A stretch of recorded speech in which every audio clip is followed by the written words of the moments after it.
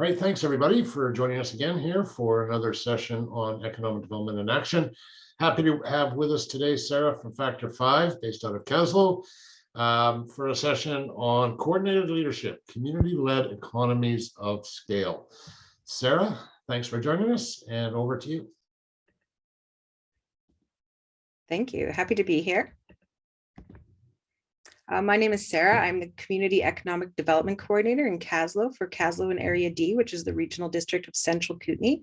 I am privileged to live, work, and play on the traditional territories of the Ktunaxa, Syilx, and Sinixt people.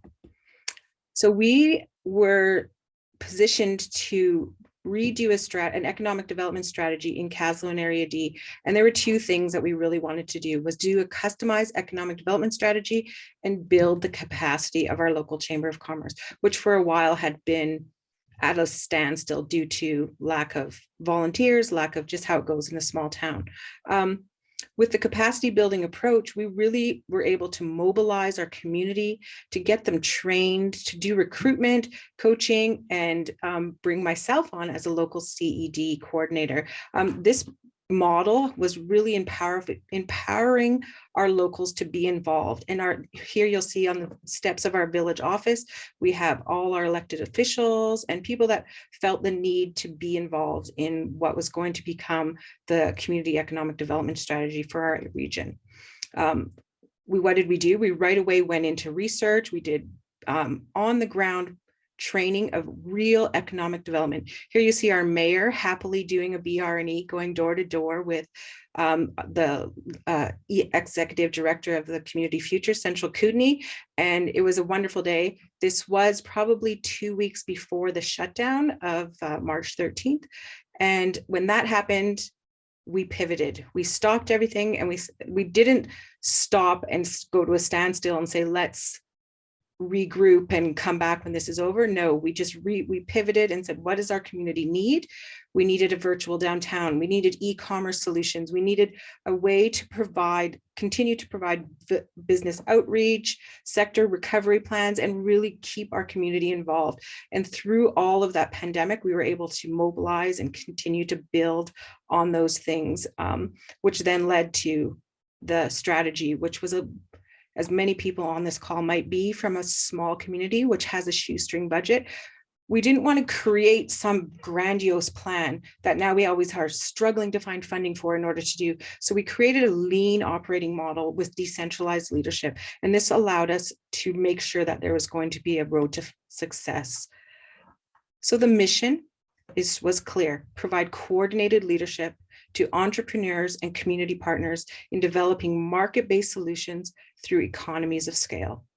And what does that mean? So the coordinated leadership, this allowed us to work closely with our Chamber of Commerce, with all of those people that are already in a role to do the work, but maybe just were working in silos or doing other things, and then led to economies of scale, where in a small town, we had farmers ready to grow fresh greens when supply chains were shut down, Highway 3 was closed, but they didn't know how much to grow. So we contacted local businesses, found solutions for how much greens do you need, for example, and we were able to provide that information, which then led to a market-based solution. And that's just one example of many opportunities that we were able to relocalize through relocalization, create opportunities for businesses and diversification in our community.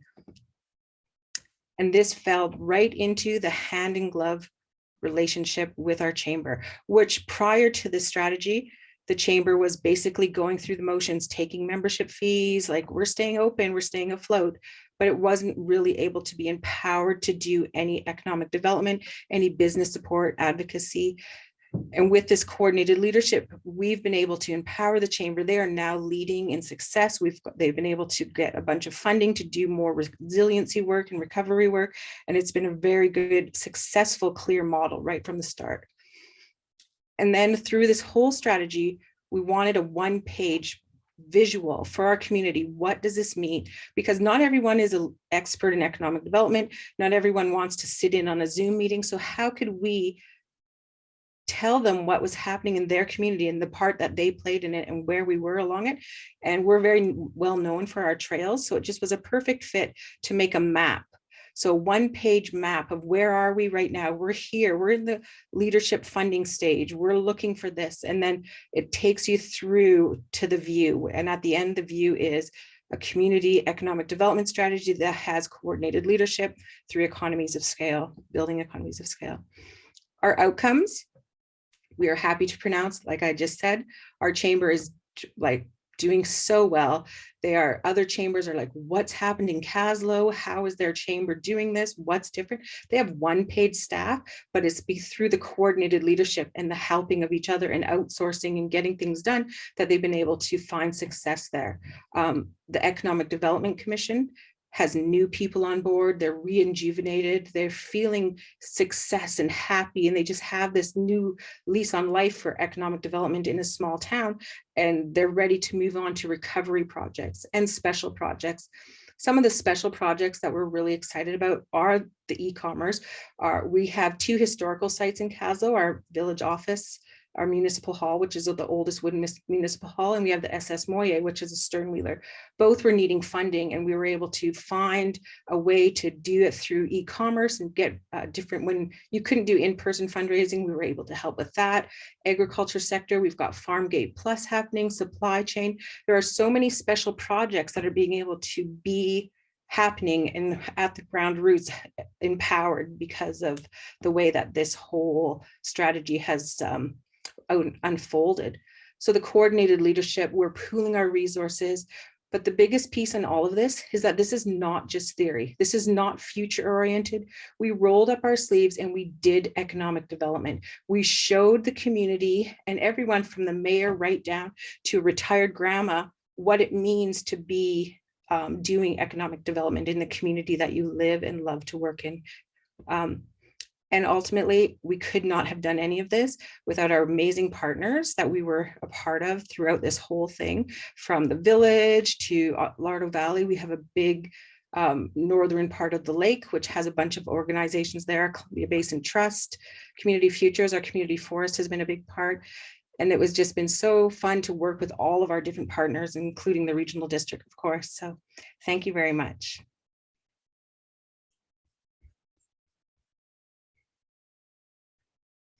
Great, thanks very much, Sarah. That was fantastic. That's like a great project, and I like the little map there that laid everything out very clear. So, job well done. Thanks very much for presenting on it today.